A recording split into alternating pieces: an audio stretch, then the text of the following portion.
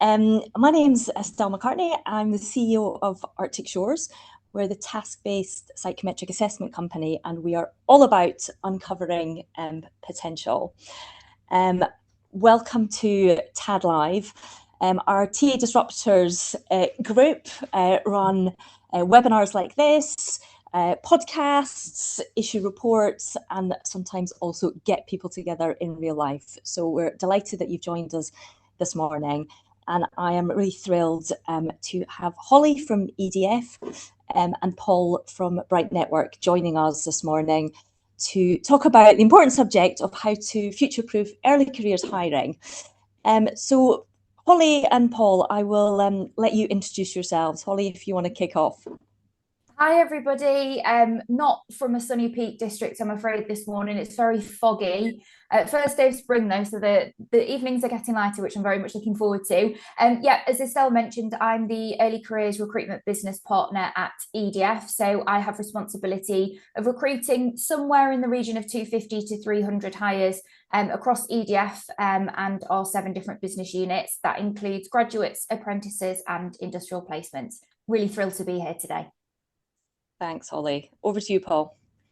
Thanks, Estelle. And yeah, hi everyone. Lovely to see you all today. So I'm Paul. I'm the Platform Partnerships Director at Bright Network. I've been at Bright Network now for or just about 6.5 years. My responsibility is I have kind of overarching commercial and strategic responsibility for all of our clients where we run campaigns in partnership with other providers and solutions within kind of the early careers and high volume recruitment space like Estelle and the team at Arctic Shores. So yeah, nice to meet you all.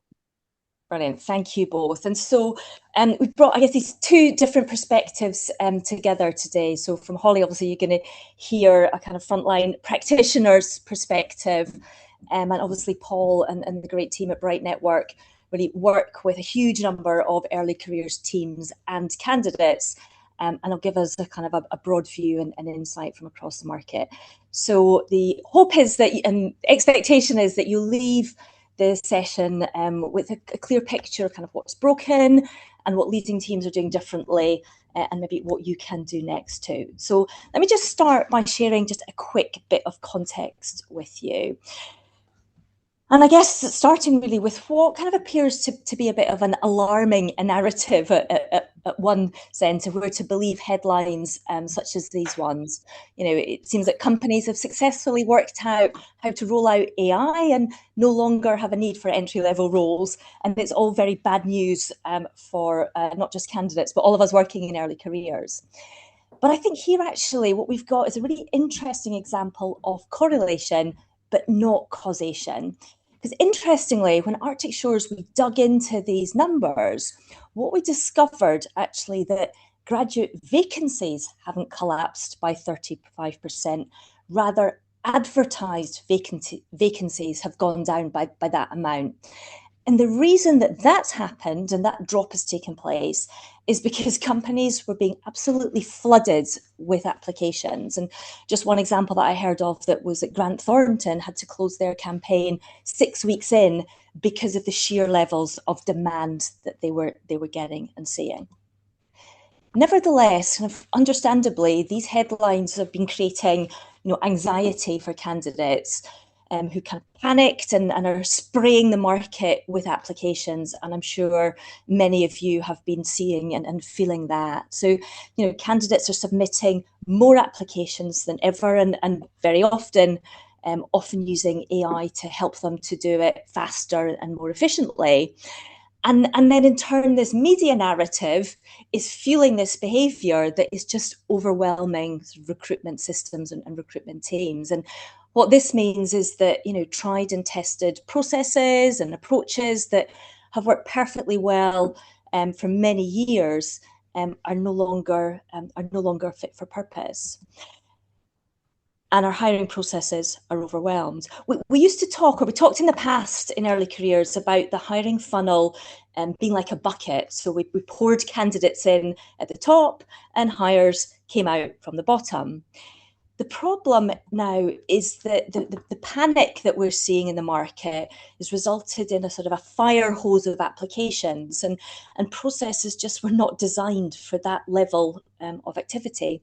And what we're going to be discussing with Hollie and Paul are what EDF and Bright Network are thinking and doing about this challenge, what they're seeing. And for Hollie, how at EDF they've been adapting their recruitment process, and with Paul, what Bright Network have been seeing and hearing from their big and bright network, and how they're developing their offer and their advice to early careers teams and candidates in light of all of this. And so hopefully you're going to come away with some really practical advice and tips, but also a sense actually that, you know, our take is far from it being a doomsday scenario for everyone who works in and cares deeply about early careers. Actually, this is a real moment of opportunity. So just before we hear from Hollie and Paul, I mentioned this was going to be a bit interactive. We're going to ask you to give us your answers to this question. So what are the most noticeable changes that you've seen in your hiring process or in your hiring campaigns over the last 12 months? Is it either the increasing application volumes? Is it a change in candidate quality? Is it a rise in kind of candidate complaints and feedback, or something else entirely? Please comment if it's something else in the chat. So give us your votes and your perspectives. So use of AI in chat, yeah. A rise in subject access requests, yeah. Candidate AI. Candidate AI, I think, is definitely the one that we have been hearing, both through the volume and then that kind of sea of sameness, not just where the volume's going up, but the applications all look the same. So, okay, we've closed the poll, the results are in, and we have an overwhelming response. So 73% of you said that the biggest change you've seen is the increase in application volumes. 30% of you have commented on kind of candidate quality changing, and I'll look forward to digging into that a little bit and hearing a bit more about your perspectives on that. Complaints increasing, 18% of you said it's about candidate complaints increasing, and I guess actually a lot of them are probably using ChatGPT, etc., to help them to structure those complaints. And then we've got some interesting things in the chat. So candidate fatigue, absolutely, kind of links to candidate experience. Candidate mistrust, again, you know, giving a negative experience and a knock-on effect on employer brand. And candidates applying for multiple roles that they're not interested in yet, so not really thinking about what they're applying for, just doing that spray and pray approach. Great, thank you for sharing your input and insights, and we will have time for Q&A at the end of the session to dig into that a little bit more. So one of the, sorry, I'm just going to pause my screen. Hollie, let me turn to you first. I want to take you back, if I may, to 2025. And could you just share with us what the early career season in 25 looked like? What did you experience? What did it look like? What happened for you and your team in 25? It's quite funny actually looking at the poll scores, because that's exactly what we experienced. Is the application numbers went absolutely through the roof. We'd kind of braced ourselves for it, because so I've been looking after early careers at EDF for 4 years now, and the first year that I arrived, we had about 17,000 applications, which in my mind I thought, oh wow, that's high volume. And yeah, I kind of don't think I experienced high volume like it until the 2025 cycle. So in the 2 years previous, we'd sat around 17 to sort of 20,000 applications, and our last year volume hit 35,000 applications for just shy of 300 roles. So yeah, incredibly high volume. And I suppose what's interesting about the topic of high volume applications is actually, if we look at our recruitment process in 2025 to 2026, it's not materially different. it's not massively different. We've made really small tweaks to support my team in being able to get through that volume and also really support that candidate experience. So 2025 was the year that we moved our recruitment process to Arctic shores. So when I say 2025, we started our cycle in 24 for 25 starters, and then when I refer to 26, it's 25 to 26. So we experienced, like I said, just volumes that we'd never experienced before. Process was that we reviewed every single application. We moved them to testing. If they were successful at that point, we then moved to video interview and then assessment centre. So one of the really small tweaks that we've made this year that's made a huge difference is not reviewing every single person's application, because even if we were spending 30 seconds on each application. I mean, I'm no mathematician, I'm a recruiter at heart. We were spending an absolutely unbelievable amount of time at that part of the process. But also equally, when we were shortlisting to invite to assessment centre, we were reviewing them again. So we were kind of doubling up. So that was a really small thing that we've done this year to kind of support that volume. So our process is behaviourally anchored, and I hopefully will die on this sword that it's still got that human look, that human touch, and that human feel throughout. Because I think, the topic of AI is a very, very prevalent one at the moment, and I really want to make sure that our candidates know that their testing and their video interviews are still being marked by humans, because I think that's really important to the candidates. And I suppose it's that reciprocity piece. If we're not using AI, then we may see candidates use less of it. So yeah, our process isn't immaterially different from 25 to 26, but we have made those small tweaks to kind of reduce on that volume. And thanks, Hollie, that kind of uptick in 1 year is pretty dramatic. What kind of pressure, or how, from the team's perspective, how did you actually manage that, that dramatic rise in that first year? And, was there anything that you did kind of mid-campaign, or just to kind of manage and support the team through that experience? Actually nothing, because like I said, we weren't expecting it. So it was a case of our graduate role. So we kind of stagger our approach to when we advertise. So our graduates go first, then our industrial placements, and then our apprentices. So we saw the graduate numbers rising and rising and rising.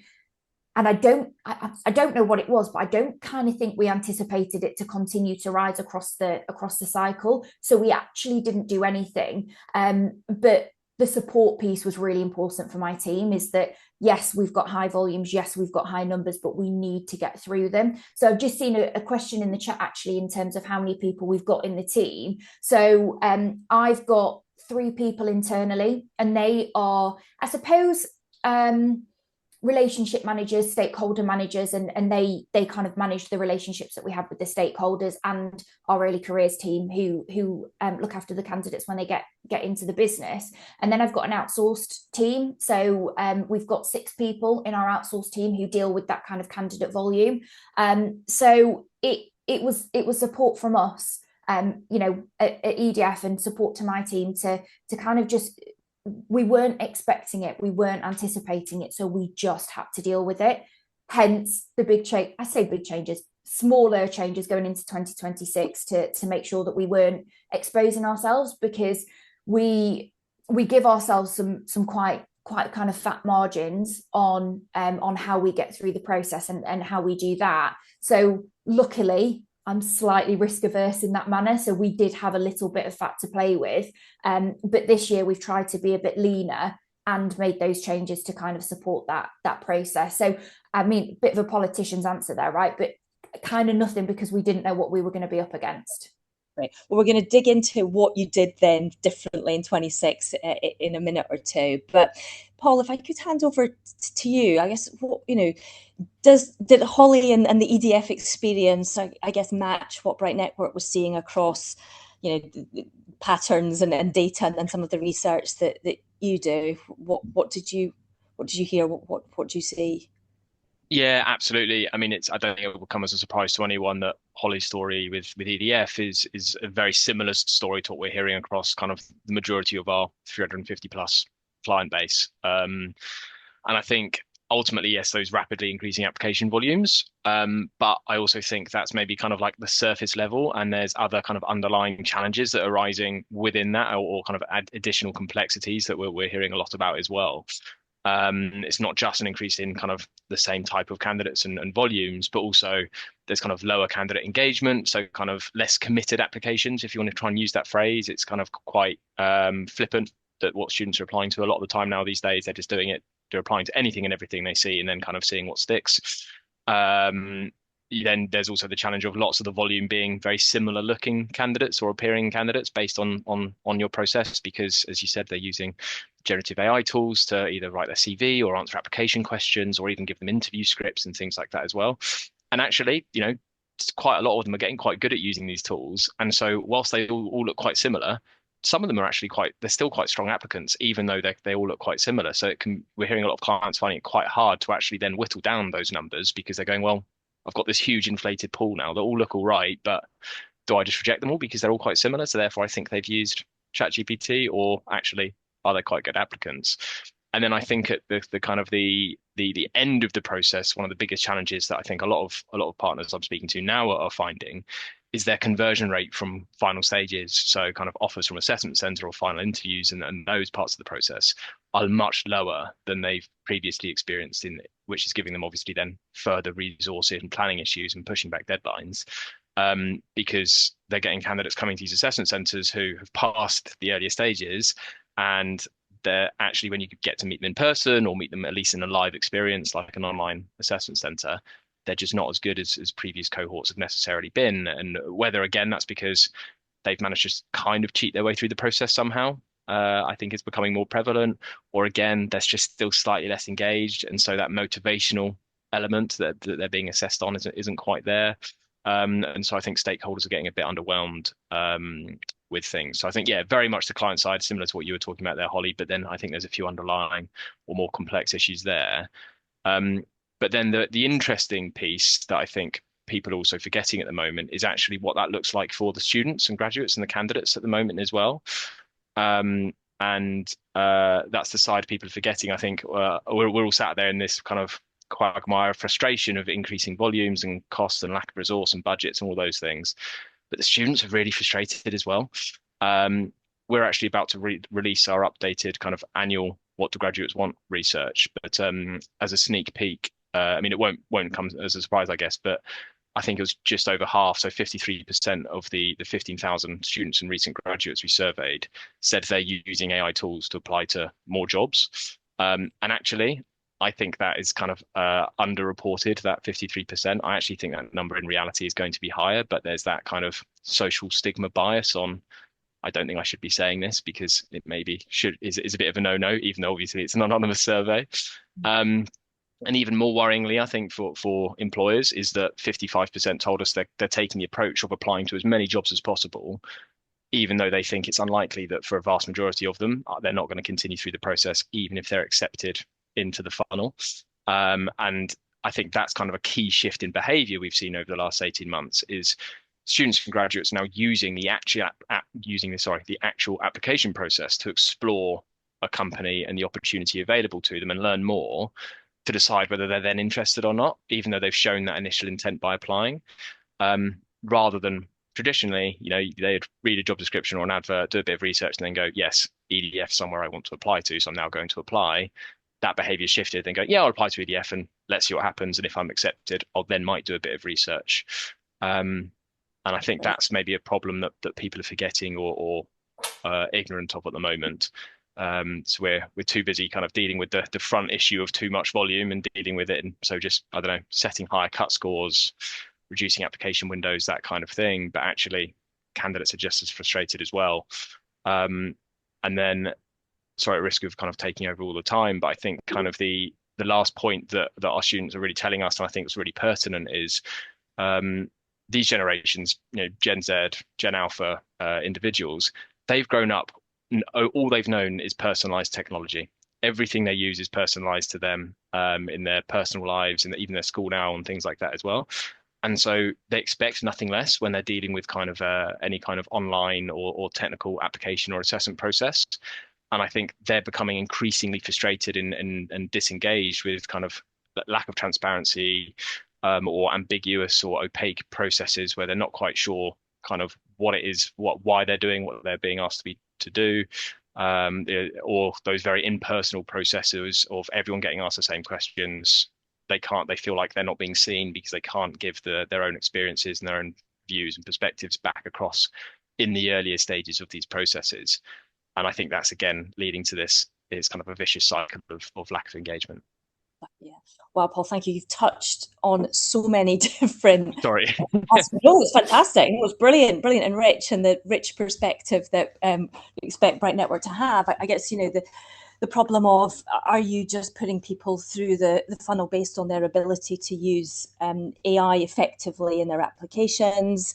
I guess the kind of the seeing the other side of the impact or the reality of that spray and pray, which is, why wouldn't I just give it a go? And then the challenge if you get to interview or assessment centre stage, which obviously is a very expensive stage late in the process, and you're faced with a pool of candidates that don't quite match up to demonstrating the behaviours and the attributes that you thought that you were assessing for. So super interesting. Thank you for that. And I guess then it's sort of been inevitable with this kind of overwhelm and tsunami of applications, that the focus of many TA teams then has been about, kind of just dealing with that volume and efficiencies, and thinking about it as a, how do I just deal with this? How do I get through this? And I think one of the things that we've heard and seen, and good to get views on this, is a lot of the many new tools, AI tools that are out there, are really seeing this just as an efficiency issue. So whether that is sort of CV matching tools or automated interview scoring, and whereas we all know that to get to a good quality of hire, you've got to get that candidate experience right, and that means accepting the reality that candidates have got access to AI, and you've both touched on the kind of the candidate perspective and their expectations that are now changing. And I suppose what's I think a biggest change is that until recently, we've all been obsessed with like making it as easy as possible for candidates to apply, to kind of take down the barriers. And what we're now seeing in that shift as a result of this tsunami of applications is actually the need for teams and organizations to actually introduce like a little bit more effort and a little bit more of the right friction at the top of the funnel. So I think that's something interesting that we can come into. And then another really challenging consideration and an important consideration is about sort of defensible quality. And, this isn't just about fairness or taking, subconscious biases out of the process. It's actually now about, compliance with the various new laws and regulations that are coming in place connected to AI. And the point here is that, you as the recruiting organizations, are kind of on the hook for compliance with this. And you've got to build that defensibility from the outset, not just as an afterthought. So if I can just turn back to each of you now. Hollie, kind of what, you shared with us what 2025 looked like. What did you do as a result of that experience, traumatic experience in 25? And, what changed? And can you give us a bit of a flavour of what the impact of that, the changes that you made, what impact they had?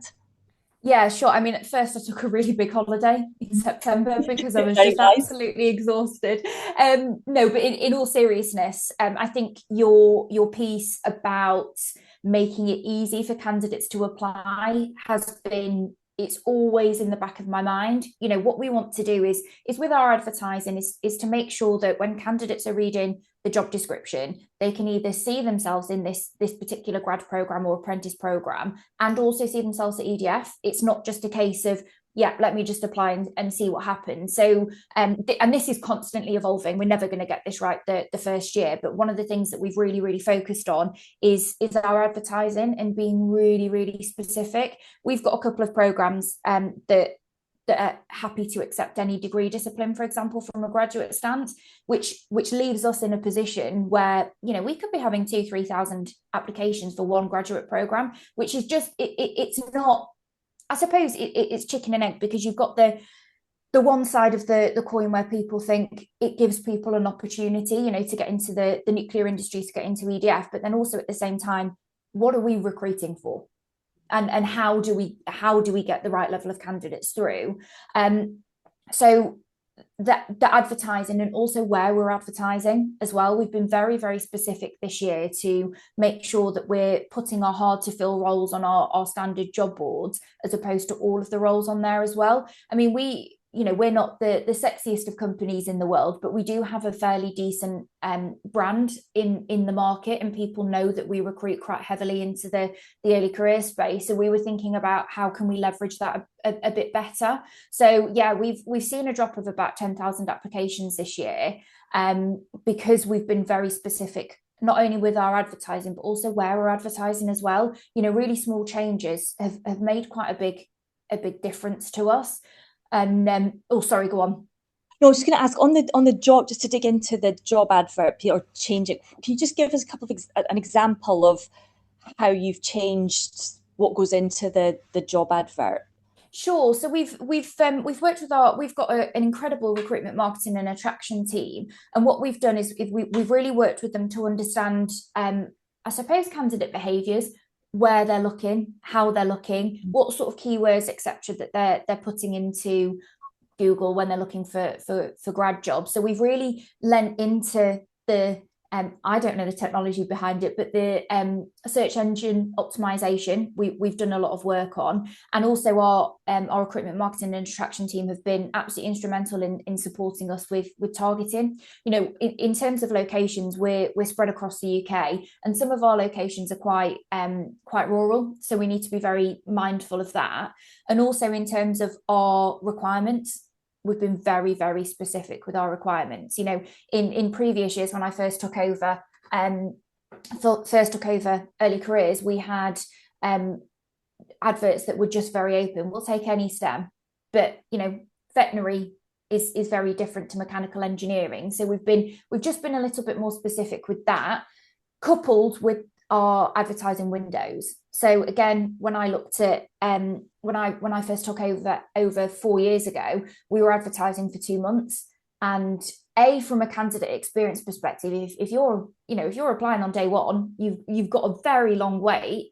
So now we've really reduced that to 4 weeks. But I'd probably say 80% of our graduate programs we've had to close after a week, because we have been absolutely inundated. We opened our finance roles a couple of weeks ago, and we had over 1,000 applications within 24 hours. So we've got to be mindful of the candidate experience, that we're not closing too early so that these candidates don't get an opportunity. But then if we're keeping them open for 4 weeks, we could be upwards of maybe 5,000-6,000 applications for just 2 positions. So we just have to kind of balance that out a little bit. So that's what we've done from I suppose the front-facing candidate side.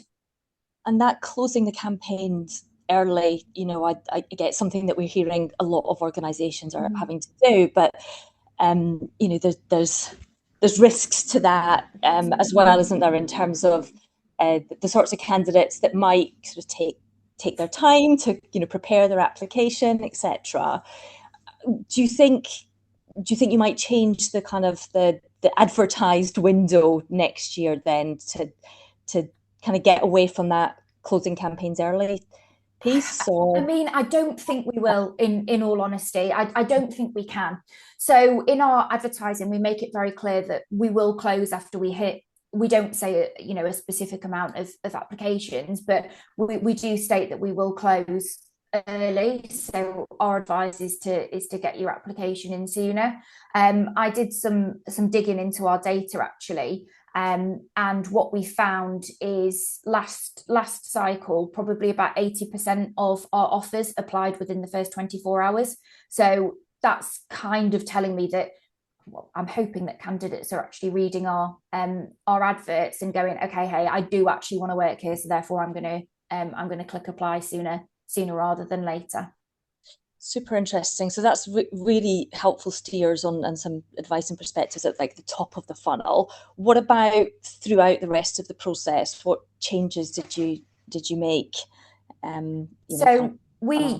Sorry, yes, I'm sorry. I think I'm on a bit of a delay. I didn't mean to interrupt you there. So yeah, we're sending everybody through to testing as a first phase. So that was a really big change for us actually, and probably a bit nerve-wracking, because if you're seeing 2,000 applications at the very start of the funnel, all 2,000 of them are going through to testing. Naturally, we get a drop-off rate at that testing point, which actually we want to make sure that we're actually getting the engaged candidates through. When you get through to after our video interview, which I'll touch on in a moment, you've got 500 applications. Out of those 500 applications, how many are actually viable to go through the process? So there is a risk there, but actually what we found, it has paid off, especially in our graduate space. So our minimum requirements now, as stated on all of our adverts, is the correct degree or school qualifications and testing. And our testing. I suppose the biggest difference that we've seen is that we've upped our testing mark. So like I mentioned at the very start of the process, we use Arctic Shores for our behaviourally anchored testing, and we've upped that testing mark. So we initially, when last cycle, we looked at any candidates over the 50th percentile would go through to the next stage of the process. We've actually upped that to 70. And in a couple of our programs, we've had to up it to 90 because of the volume. So we've seen a real increase in quality. So Paul, sorry, I'm going to go against what you just said there, and I'm feeling very lucky that EDF is in this position. But what we've seen is much more engaged candidates, but my goodness, the quality is outstanding. The feedback that we've received from our hiring managers is just that the quality is so high. We've been in a situation where we've gone to our HR directors to get additional sign off for roles, because we'd be silly to lose these candidates. So we've seen that be really, really popular for us. And then when it comes to our video interviews, I know that at the start you kind of mentioned that there's a few people that have differing views on video interviews, and I probably did after marking 7,500 of them last year, but they play such an important part in our process. From a testing perspective, the candidates have just looked at a computer screen and done a series of tests, but the video interview gives them that real opportunity to show who they are. And we get some really kind of rich, I suppose, unmarked ideas of how candidates are. And how we've kind of linked that together is the behaviours that we test against at our Arctic Shore stage are exactly the same as what we test against in our video interview stage. So we've got that real kind of clear, I suppose, thread throughout that. And then again at the assessment centres. So the candidates have a really joint up experience. It's not, random at testing, random at video interview, random at assessment centre. It's really joint up. So they kind of already have a bit of an idea of what they're experiencing when they go through to that assessment centre. Yeah, really, really helpful. Thank you. And it's been interesting to see how the video interview usage, which kind of I think had been at near the top of the funnel over a couple of years, is now kind of becoming a rich. It's been used to get more richness and insight a bit later in the funnel. And our partners Willow have got some interesting steers on how to really get that value out of the video interview on the kind of the motivations, the fit, the kind of the culture fit, the insight into the individual, which the richness of that you can get through video interview that you just can't get through sort of the written application. There's loads of questions coming in, but there's one question that we'll have some time for questions at the end. But Hollie, there's one that relates to what you just said about raising the benchmark with the Arctic Shores assessment. I know that our team of business psychologists work with you quite closely to be able to do that. And the question from Louise is around, how does your data look with having such a high cutoff for testing, kind of impact on diverse groups? Yeah, I think that's a really interesting question. And actually, one of the questions that's been posed to me by the business is are we missing out on diverse talent because we're up in that testing score? And the simple answer is no. Is where we're at currently.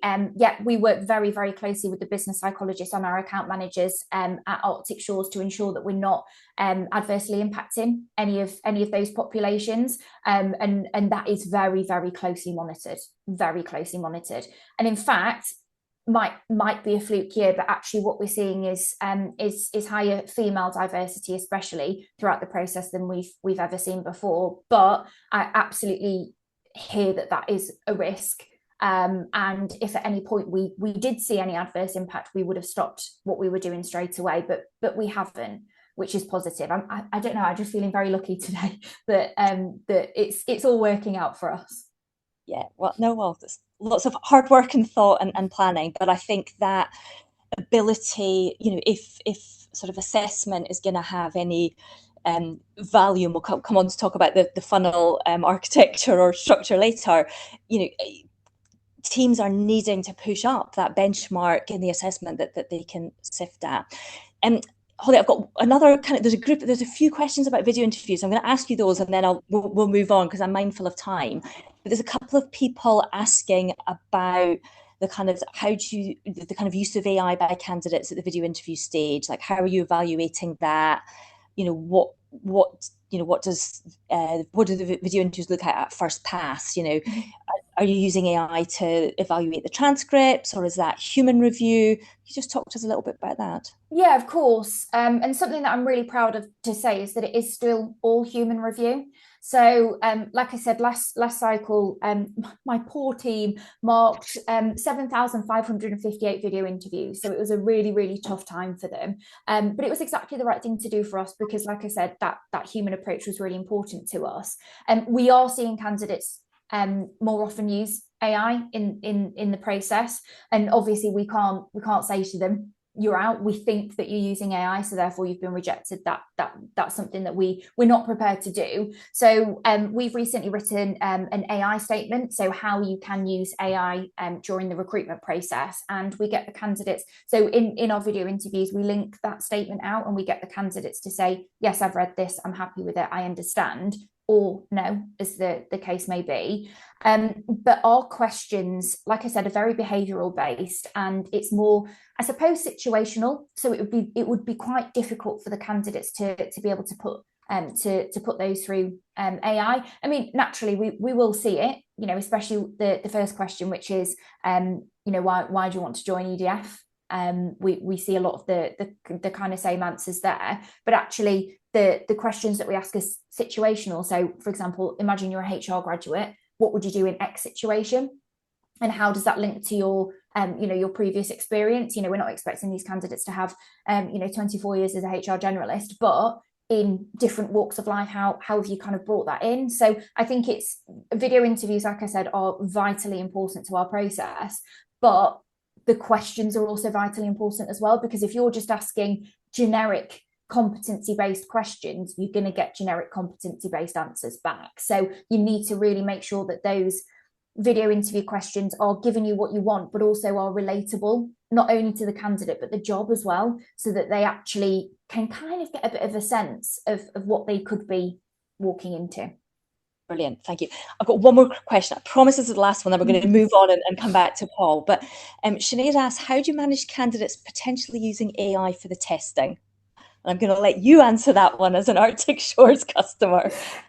One of the main reasons that we used, that we explored our options in the market is our previous testing provider didn't give us that confidence that AI wasn't an option for candidates to use. Whereas we've got real assurance from Arctic Shores that the testing that Arctic Shores does for us is essentially AI proof, which has been fantastic. And actually, a little bit of a tidbit here is that I've got somebody in my team at the moment who has recently been through our early careers process. He's an industrial placement in my team, and he tried to use AI just to test, just to see what it looked like. And actually, he scored less using AI than he had done in his assessment that he went through earlier on in the year. So if that doesn't tell you everything you need to know, I don't know what does.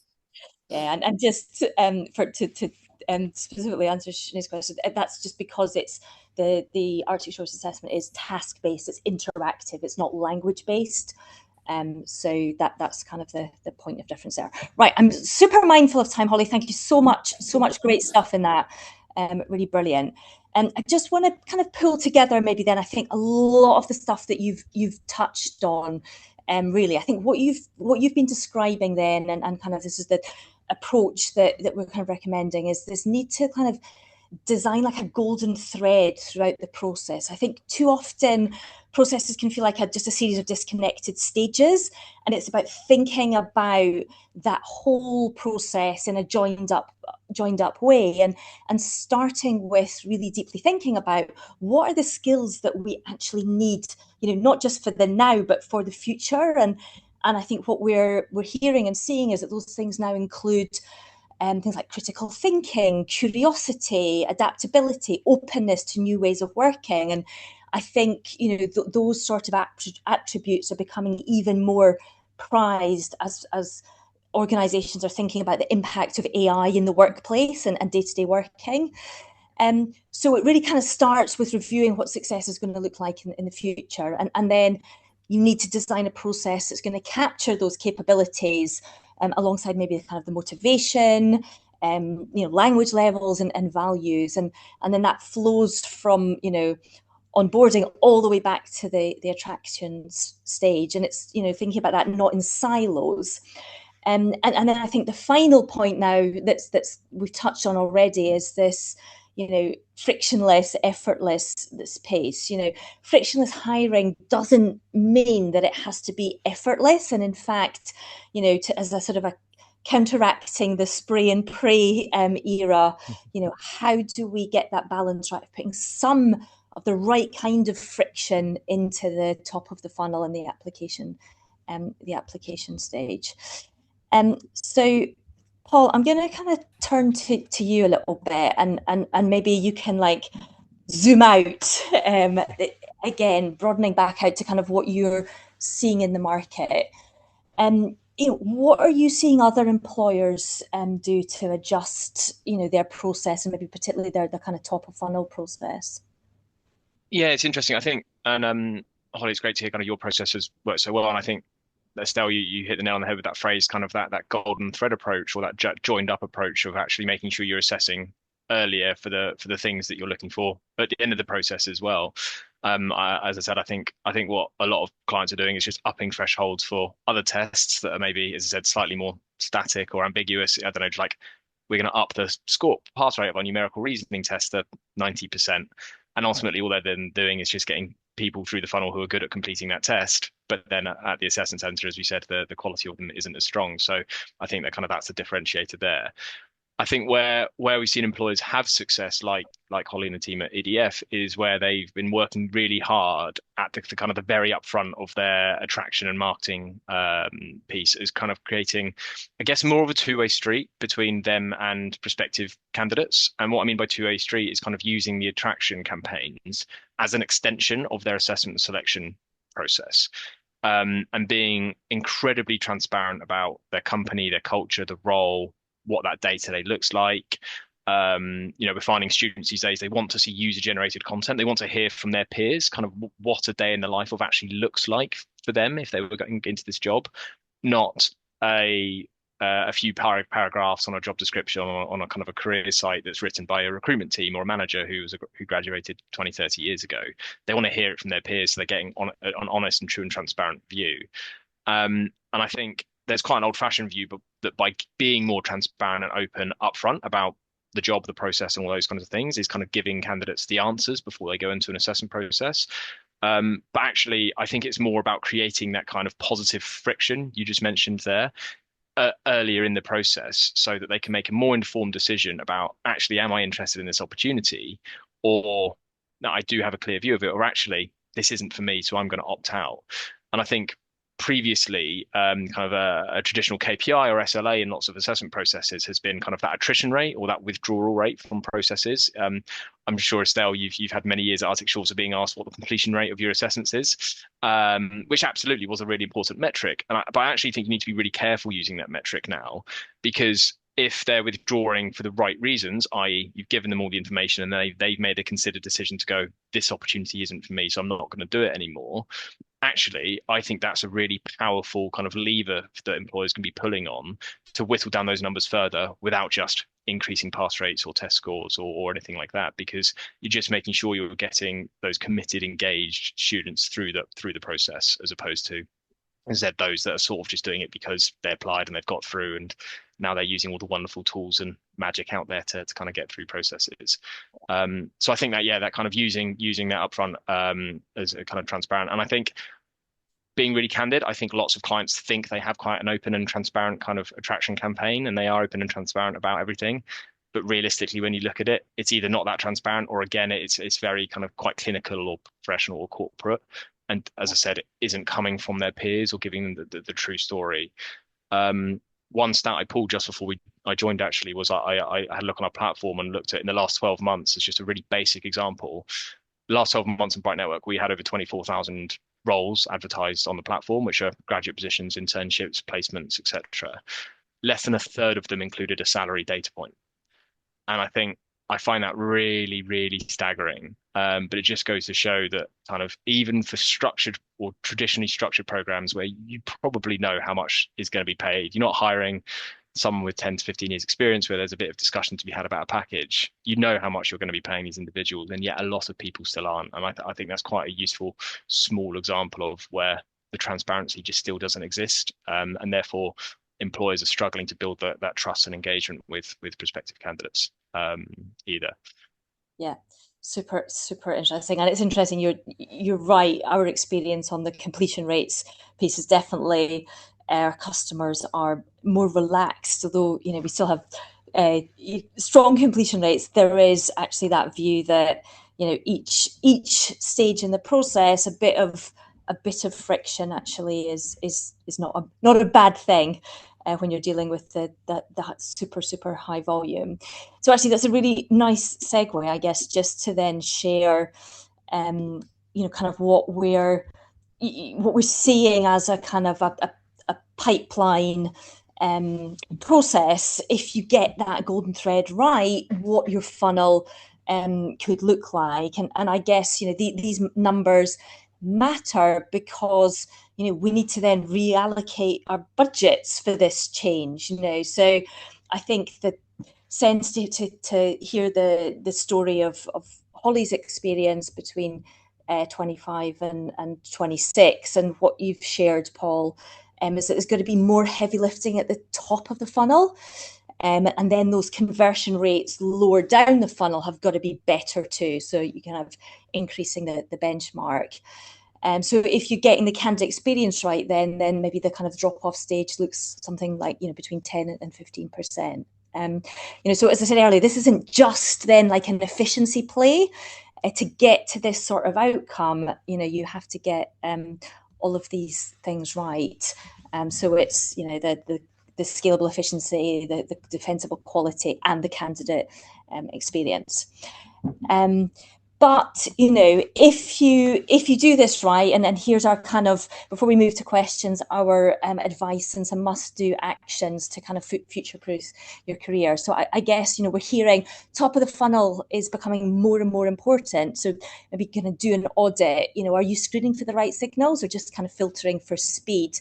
What does the candidate experience now look and feel like at the start of the process? And have changes that you might have made been overly focused just on efficiency, and you've lost a bit of that candidate experience focus?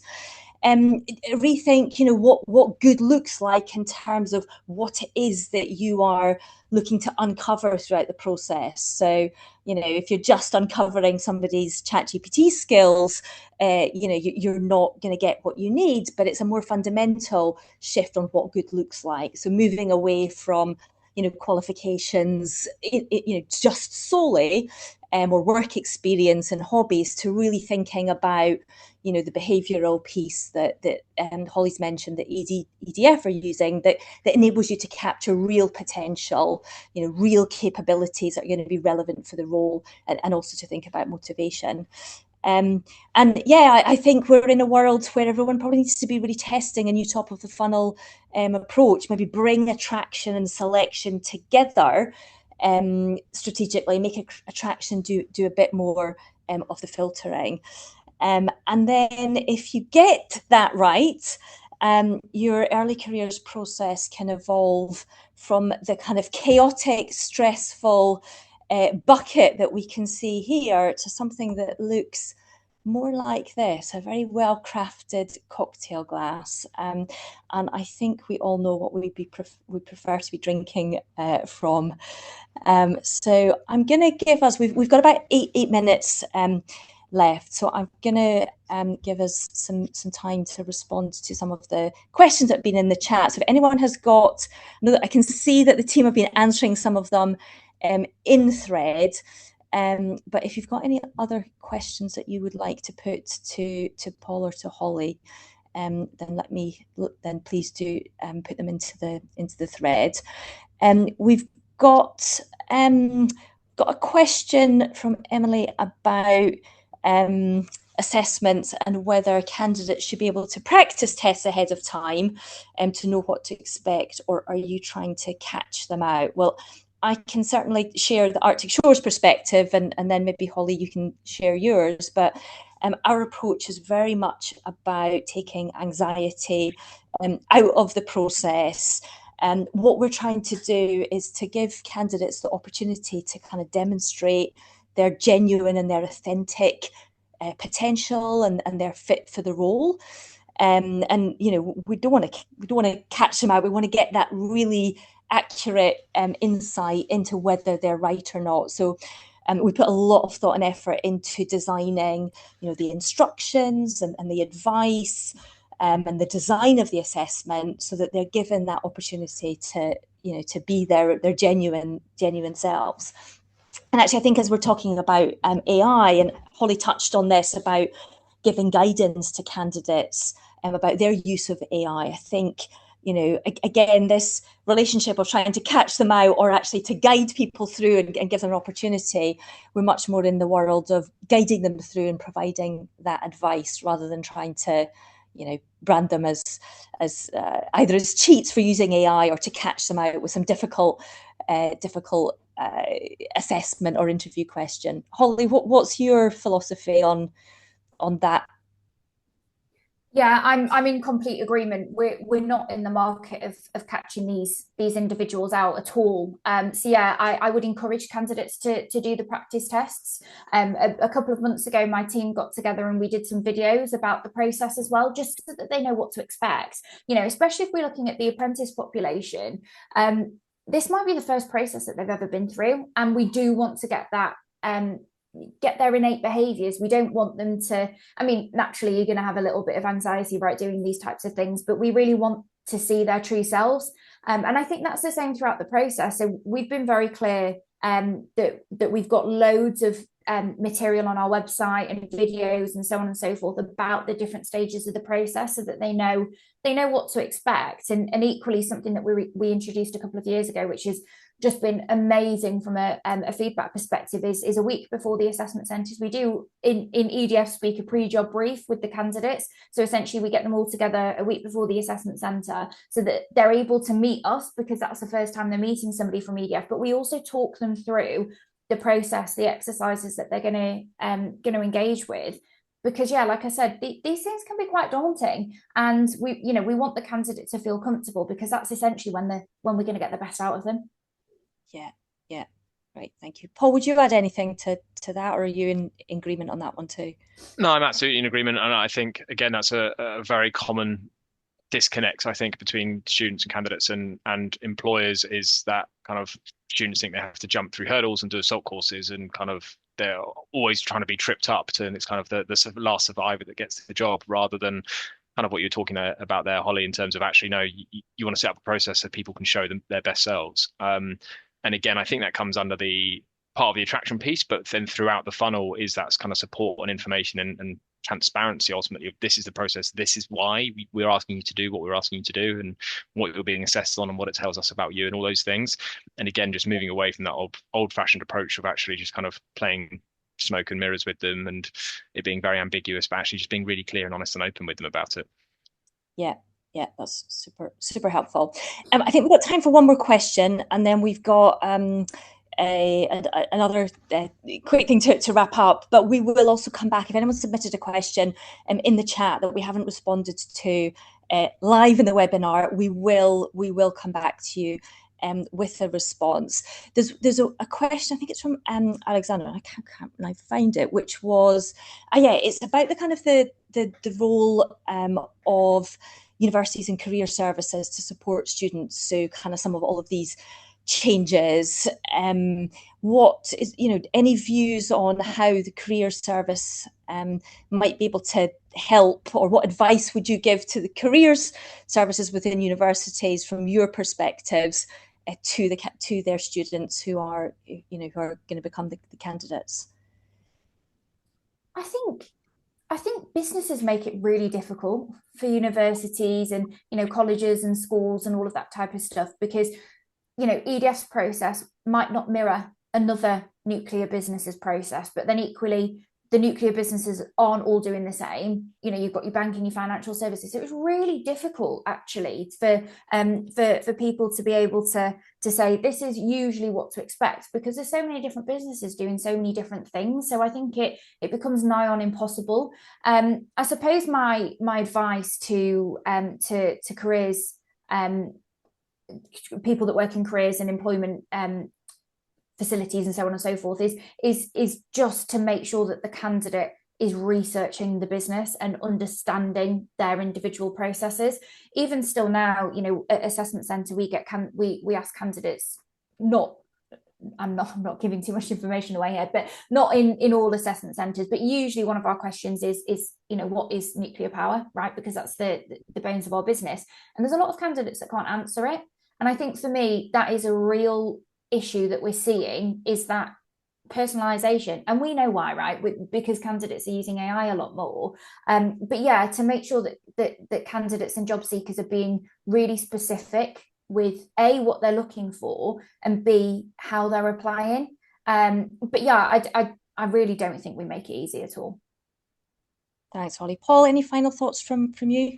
Yeah, I completely agree. I would just add probably the focusing on the softer skills, in particular interpersonal skills, networking, etc. I think that is something that again, there's a disconnect between more senior stakeholders in businesses who went through university 20, 30 years ago again, and it kind of, that's what they want to see. They kind of, they like seeing themselves almost, don't they? And they forget that the students these days have grown up in a world where generally, yes, they've got their peers and friends at school, but they connect a lot more online than they do.